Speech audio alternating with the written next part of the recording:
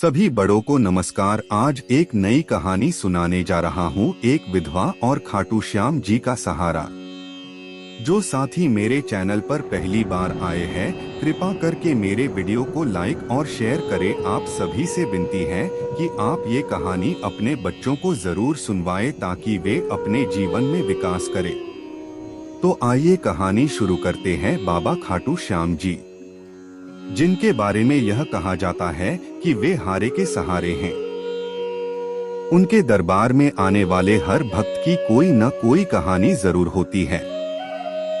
किसी के साथ कोई चमत्कार होता है, किसी भक्त के बिगड़े हुए ऐसे काम बन जाते हैं जो असंभव थे। ऐसे ही बाबा के किस्सों में से एक सच्चा किस्सा हम आपको बताने जा रहे हैं। ये घटना 2022 की है। दिल्ली के मंगोलपुरी इलाके में मधु जी अपनी छोटी सी बेटी काजल के साथ रहती थीं। पिछले साल कोरोना की वजह से उनके पति का देहांत हो गया था। पति के मर जाने के बाद ससुराल वालों का रवैया बदल गया। मधु के सास ससुर और देवर जेठ सब ये चाहते थे कि वह किसी तरह यहाँ से चली जाए और उसे प्रॉपर्टी में हिस्सा न देना पड़े।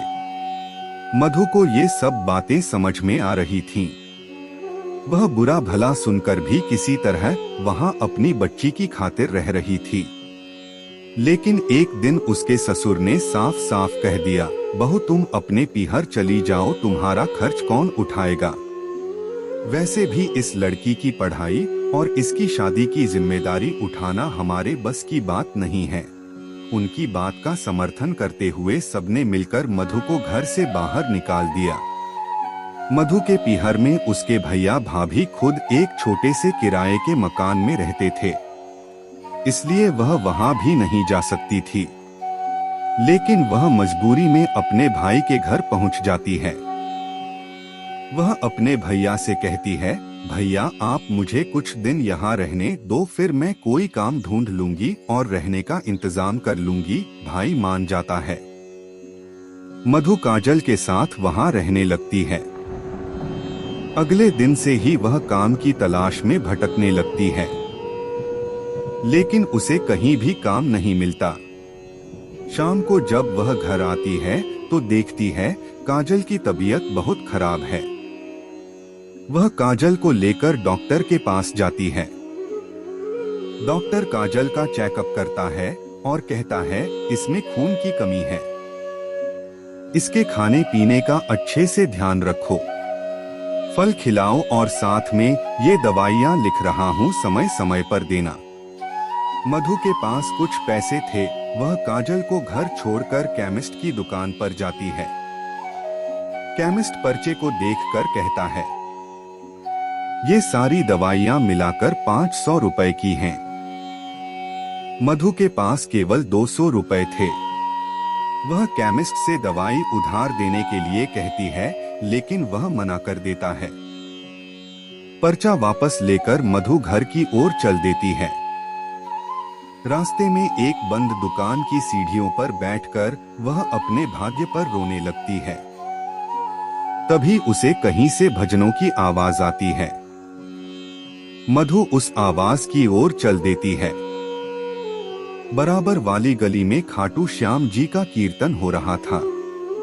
वह रोते रोते वहां जाकर बैठ जाती है। सामने श्याम बाबा की मूर्ति को देखकर रोने लगती है। भजन सुनते सुनते वो भूल जाती है कि वह तो दवाई लेने निकली थी। सब हारे के सहारे की जय जयकार कर रहे थे, लेकिन मधु इस सब से बेखबर बस रोए जा रही थी। बैठे बैठे कब घंटों बीत गए उसे पता नहीं लगा। जब कीर्तन खत्म हो गया तो प्रसाद बांटा जा रहा था। मधु ने भी प्रसाद लिया। वह प्रसाद लेकर खाटू श्याम जी की मूर्ति के पास गई। उसने बाबा के चरणों में सर झुकाया। रोते हुए उसने बाबा से अपनी बेटी के लिए प्रार्थना की। उम्मीद है आपको कहानी पसंद आ रही होगी। कृपा करके मेरी वीडियो को लाइक शेयर कर दे और मेरे चैनल को सब्सक्राइब कर दे। अब आगे की शेष कहानी सुनिए। जब वह कीर्तन से बाहर निकल रही थी तो उसे दवाई की याद आई। पर्चा देखा, एक हाथ में प्रसाद था, लेकिन वह 200 रुपए कहीं नहीं दिखे। फिर उसे याद आया कि वे पैसे तो उसके हाथ से बाबा के चरणों में गिर गए थे। मधु घबरा गई, अब मेरी बेटी का क्या होगा, यह सोचकर वह रोने लगी। पैसे वापस मांग भी नहीं सकती थी। वहां तो बहुत से लोग पैसे चढ़ा रहे थे। वह वहीं खड़े खड़े रोने लगी। फिर मुड़कर घर की ओर चल दी। तभी उसे किसी ने आवाज दी। मधु ने पलटकर देखा, एक आदमी जो प्रसाद बांट रहा था। वह उसके पास आया और बोला, बहन मैं तुम्हें बहुत देर से देख रहा हूँ, तुम जब से आई हो रो रही हो, क्या बात है? मधु ने कहा, कुछ नहीं, और वो चल दी। लेकिन उस आदमी ने कहा, बहन मैं तो समझ रहा था तुम बाबा के गुणगान सुनकर खुशी में रो रही हो, लेकिन लगता है बात कुछ और है। मुझे बताओ तुम कौन हो? ये कीर्तन मैंने ही करवाया है। बाबा के दरबार से कोई निराश जाए, यह सही नहीं है। बताओ क्या परेशानी है? मधु ने रोते हुए उसे सारी बात बता दी। तब उस आदमी ने काम कर रहे एक लड़के को बुलाया और मधु के हाथ से पर्चा लेकर उसे दिया। 1000 रुपए दिए और कहा, इस पर्चे की दवाइयाँ और बाकी बचे पैसों के फल लेकर आ। उसे भेजकर उस आदमी ने कहा, बहन जब तुम निराश हो गई तभी तुमने बाबा के भजन सुने, जिसे सुनकर तुम यहाँ आई। बस समझो बाबा ने तुम्हें बुलाया है। चिंता मत करो, कल तुम आकर मुझसे मिलना। बाबा की कृपा से मेरी बहुत बड़ी फैक्ट्री है, जिसमें तुम्हारे जैसी बहनें काम करती हैं। तुम्हें काम भी मिलेगा और रहने का इंतजाम भी हो जाएगा। मधु कुछ बोल न सकी, वह बस रोए जा रही थी। यह देखकर उस आदमी ने कहा, बस बहन जितना कष्ट था वो तुमने सह लिया, अब सब बाबा पर छोड़ दो। बाबा ने तुम्हें अपनी शरण में ले लिया है। तभी वह लड़का दवा और फल लेकर आ गया। उस आदमी ने फल और दवा मधु को दिए।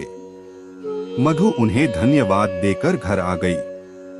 अगले दिन से मधु को उस फैक्ट्री में काम मिल गया और उसे वहीं फैक्ट्री के पास रहने की जगह भी मिल गई, जहां बहुत सी औरतें रहती थीं, जो अलग अलग शिफ्ट में काम करती थीं।